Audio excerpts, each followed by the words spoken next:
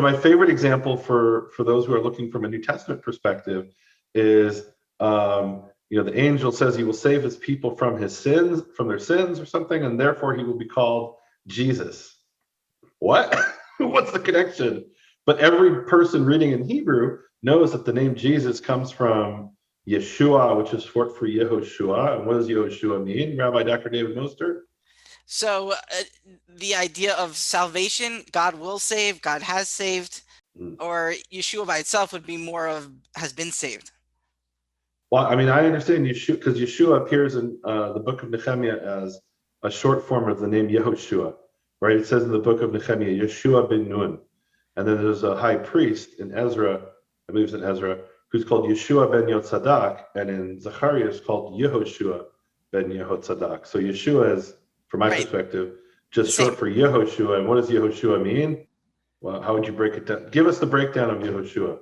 Well, so it's it would be a hypocristicon, which is a fancy word of saying that it's a sentence that becomes a name. And so, ooh, I like that word, hypocristicon. Okay. Yeah, it's only in biblical studies because Semitic languages do this. Other languages don't do this. And so the idea is, and Nehemia, I know you have a lot on this, so I'll just kind of set a. But I wanted to hear it from someone who was raised Orthodox. Well, I was raised Orthodox too, but I don't have ordination from YU.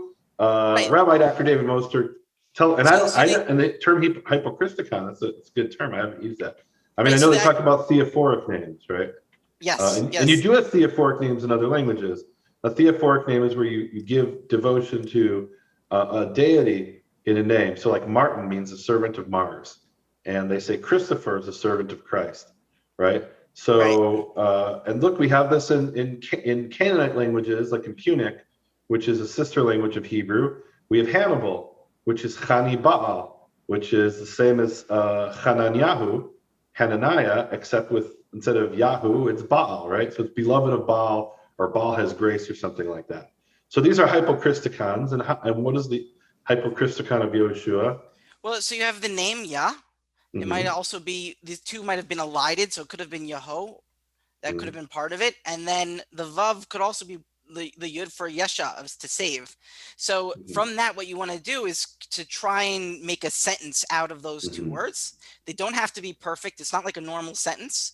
So you could think that God has saved, God will saved. You can even say God save, ! Something like that. Is that how you understand it, Nehemia?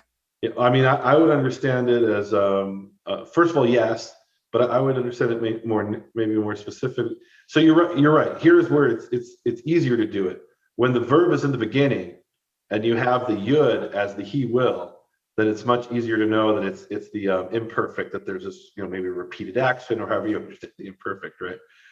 When it's the other way around, it's a little bit more difficult. Is it past? Is it present? Maybe it's a combination of the different forms. So you're right. In other words, Yeshayahu, which is essentially the same name as Yehoshua.